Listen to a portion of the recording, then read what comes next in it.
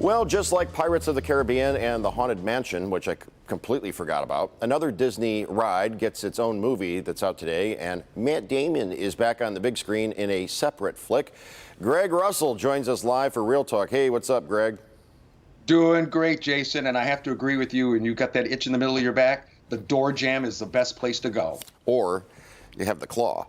First up, we have Jungle Cruise, which is inspired by the ride at Disney World and Disneyland. It stars Emily Blunt and Dwayne "The Rock" Johnson. How do they spin this into a ride or into a movie from the ride?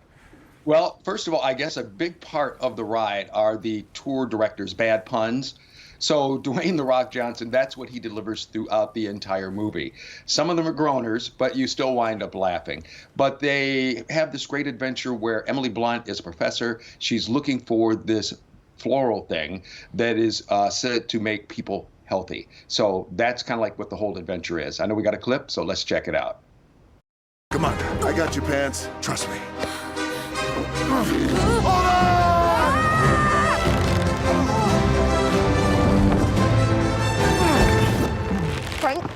Frank, get it. Hold on. Come on. Frank, please. I got it. Frank. I don't got it. Frank, get off me. What are you doing? I'm trying to get traction. This is ridiculous. No, wait. Just leave me alone. That was a disaster. You're too heavy. All right. Some critics, I mean, Rotten Tomatoes, name critics, just trashing this movie, saying that it's just an absurd mashup of like Romancing the Stone, Indiana Jones, the Mummy franchise, and anything else you could throw in the blender. One reviewer gave it a 1.5 stars. What's your take on this? Well, you know, at first I was honestly, Jason, going to give it a 3 until I heard from a good friend of ours, Jay, who told me that the puns are a big part of the ride. Also, it's one of those things where even if we gave it a 1, it's still going to be #1 this weekend because you've got the #1 box office star in The Rock, and who doesn't love Emily Blunt? Well, I can tell you one thing, the costume designer should be fired from that movie. That hat that The Rock is wearing is ridiculously small. It's completely distracting. I wish I could have interviewed them because I wondered if they made them intentionally look like Humphrey Bogart and Katharine Hepburn from The African Queen. Yeah, because those are the same outfits. Yeah. Well, next we have a new movie starring Matt Damon called Stillwater. Is this one that may get some award nods?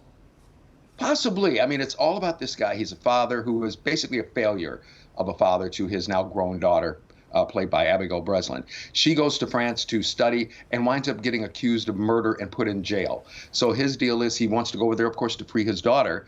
But then in the process, he meets this one lady who has a young daughter, and they become good friends. And he decides to help her raise her daughter, kind of like to make up, you know, for bad things that had happened before. Got to talk to Matt about it, and here we go. Hi, Matt. How are you? Great, Greg. How you doing?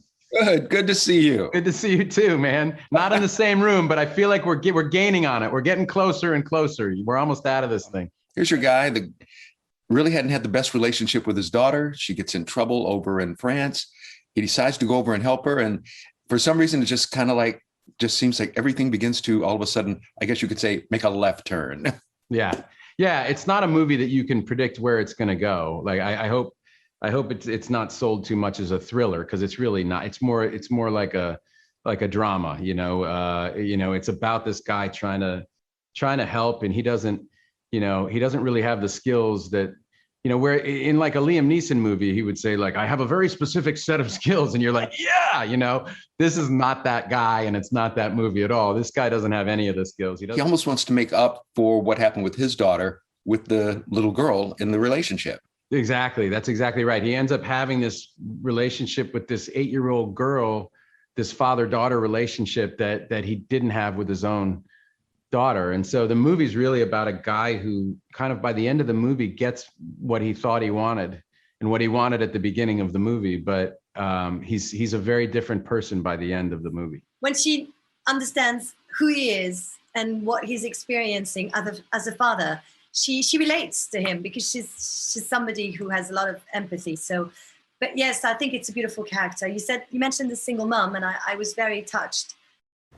So, Greg, Tati and Michelle have decided that all Matt Damon has to do to wash his shirt is put some soap down right here, and then he goes like this on his washboard abs. They didn't hear a word, anything was being said. They're just looking at Matt Damon like, Matt Damon. No, literally, I still have no idea what the movie is about. What did you think about this one, Greg? It's a good one because, especially Jason, when you watch it all the way to the end, it is an ending that you really wouldn't see coming, you know, about what all happened. So it just really makes it interesting. Also, like I said, it's about a guy, you know, who's really trying to go for redemption, you know, just like I said, realizing past failures and trying to make up for it now by being a better father. All right, now, don't want to give too much away, but next week, The Suicide Squad comes out, and apparently people are going to be clawing each other's eyes out to get to see it because it's supposedly really good. We'll talk to you about that next week. Greg, good to see you. Great seeing you as always, Jason. Take care.